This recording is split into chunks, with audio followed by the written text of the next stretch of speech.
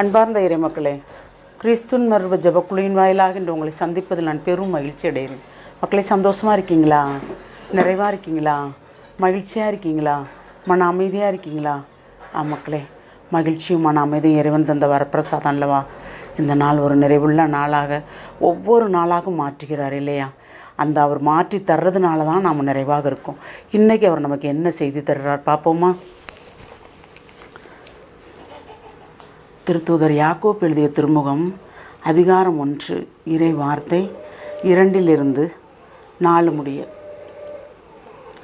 என் சகோதர சகோதரிகளே, பல வகையான சோதனைகளுக்கு உள்ளாகும் போது நீங்கள் மகிழ்ச்சியாக இருக்க வேண்டும் என்பதை கருத்தில் கொண்டிருங்கள். உங்கள் நம்பிக்கை சோதிக்கப்படும் போது மன உறுதி உண்டாகும் என்பதும் உங்களுக்கு தெரியும்.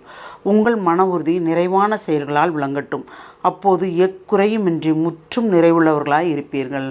Praise the Lord. ஏனென்றால் நாம் கடவுளுக்குள்ள இருக்கும்போது கண்டிப்பாக நமக்கு சோதனை உண்டு இல்லையா? சோதனையில் 2 வகை சோதனை உண்டு. எப்படின்னா, ஒன்று நம் பாவத்தின் மொத்த சம்பளமாக சோதனை, இன்னொன்று இறைவனோடு இணைந்து நடக்கும்போது வருகின்ற சோதனை. பிறராலையும் வரும், சோதிக்கிறவனாலையும் வரும் இல்லையா? அந்த சோதனைகளில் நாம் நம்பிக்கையோடு உறுதியோடு இருக்கும்போது தான் நாம் அவர்கிட்டோடு நிலைச்சி நிற்க முடியும். உங்கள் மன உறுதி நிறைவான செயல்களால் விளங்கட்டும். அப்போது எக்குறையும் மின்றி முற்றும் நிறைவுள்ளவாய் இருப்பீர்கள். அப்போது அவர் என்ன சொல்கிறாருன்னா, நாம் மனநிறைவாக இருக்கும்போது, நம்ம நம்பிக்கையும் மன உறுதியும் கொள்ளும்போது தான் ஆண்டவருக்குள்ளே நிறைவாக இருக்க முடியும்.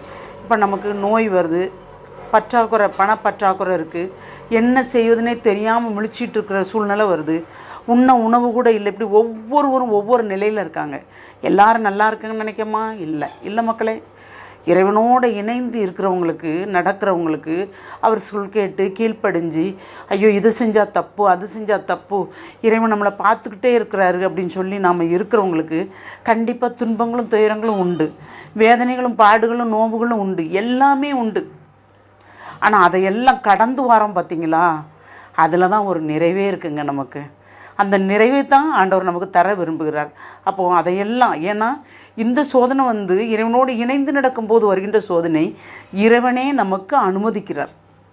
இந்த சோதனையில் வல்லமை தருகிறார், வலிமை தருகிறார், வரம் தருகிறார். நீ இதிலிருந்து மீண்டு வருவ, உன்னால் முடியும், ஏன்னா நான் உன் கூட இருக்கேன் அப்படின்னு சொல்கிற மாதிரி சொல்கிறார். ஆனால் மற்ற சோதனைகள், பாவத்தின் சம்பளத்தினால் நமக்கு வருகின்ற சோதனைகள் அனைத்துமே அது ஒரு தண்டனைக்குரியதாக மாறுகிறது. ஏனென்றால் அதை அனைத்துமே நாம் தான் வெல்ல வேண்டும். ஒவ்வொரு நொடிப்பொழுதும் அவர்கள் வரும்போது தான் அதிலிருந்து பூர்ணமாக நமக்கு விடுதலை கிடைக்கிறது. அப்போ நமக்கு எந்த வகை வேணும்? இறைவனோடு நடக்கின்ற நகை வேணுமா, இல்லை கீழ்ப்படியாத வகை வேணுமா? இறைவனோடு நடக்கின்ற வகை இருந்தால்தான் நாம் இவ்வுலகில் இறைவனுடைய காரியங்களை, அவருடைய செயல்களை எடுத்து கொடுக்க முடியும், பிறருக்கு எடுத்து சொல்லவும் முடியும். அப்போ நாம் முன்மாதிரியாக இருந்தால்தானே பிறரும் அவரை தேடுவார்கள் இல்லையா? அந்த தேடும் வரத்தை கேட்போமா? தாயும் தந்தையுமான இறைவா, நாங்கள் எப்பொழுதும் உம்மோடு இணைந்து நடக்க வேண்டும் என்று நினைக்கிறோம் ஆண்டவரே.